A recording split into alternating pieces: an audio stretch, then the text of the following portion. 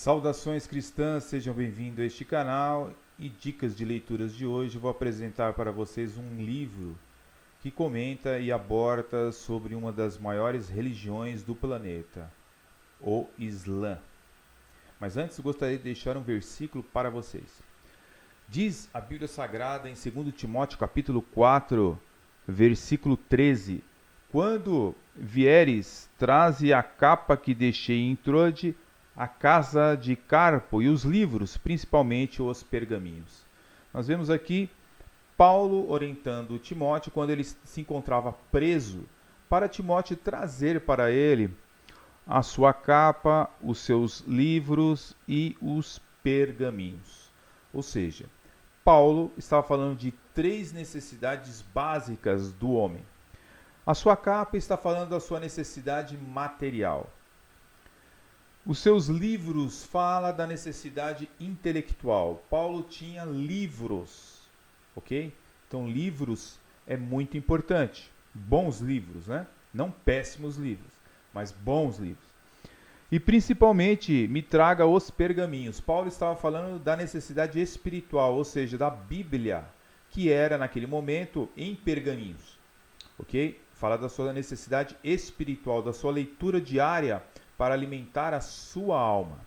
E no Dicas de Leitura de hoje vou apresentar para vocês este livro aqui, o Islã, Os Fatos sobre o Islã, livro da Chamada da Meia-Noite, um excelente livro sobre o assunto. Um livro pequeno, ok? Você tem aí 84 páginas, mas muito preciso sobre o que ele trata, ok? Temos aí os três autores, John Angenberg, John Eldon e Dylan Burrows, ok? Esses três autores, eles trazem um estudo conciso, preciso e muito eficiente sobre, de fato, qual é a proposta de uma das maiores religiões do mundo, o Islã. Na página 54, ok? Eu gostaria de comentar rapidamente com vocês. Diz o seguinte aqui na página 54. Qual é o propósito da apologética muçulmana? Então, diz o livro aqui na página 54. Então, como os muçulmanos fazem apologética?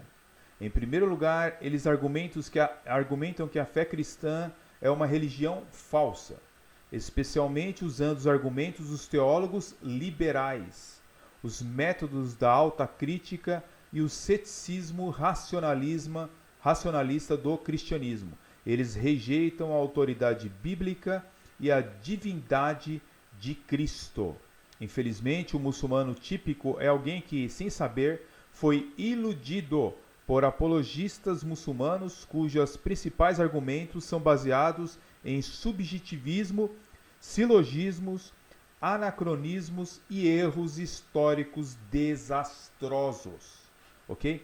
Então, interessante que, assim como existe outras seitas, como no caso, por exemplo, os Mormons, que usam até argumentos de teólogos liberais, argumentos da alta crítica, ok? Do racionalismo, para poder desacreditar a Bíblia Sagrada. Porque para os Mormons, a Bíblia Sagrada não está no mesmo pé de igualdade com a Bíblia.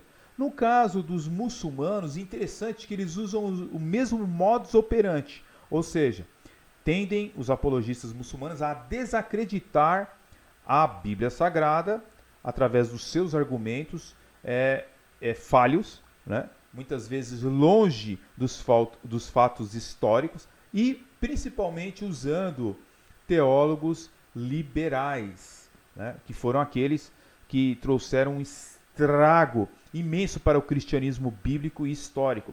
Entretanto, teólogos liberais não são considerados verdadeiramente cristãos legítimos na pessoa do Senhor Jesus Cristo e na crença da Escritura Sagrada. São um corpo à parte do cristianismo.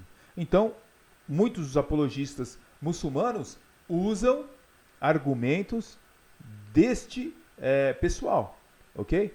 E também da alta crítica que foi usada para querer desacreditar as Escrituras. Então, seus argumentos realmente são falhos, são argumentos...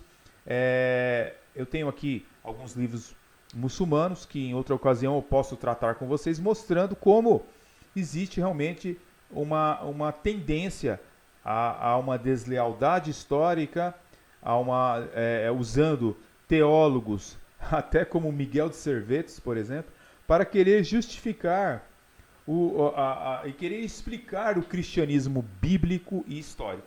Ok? Queridos, está aí então a dica deste excelente livro, maravilhoso livro, pequeno livro, mas muito eficaz, tá bom? O Islã, os fatos sobre o Islã. Ok? Fiquem na paz, Deus abençoe grandemente e até o próximo vídeo. Amém.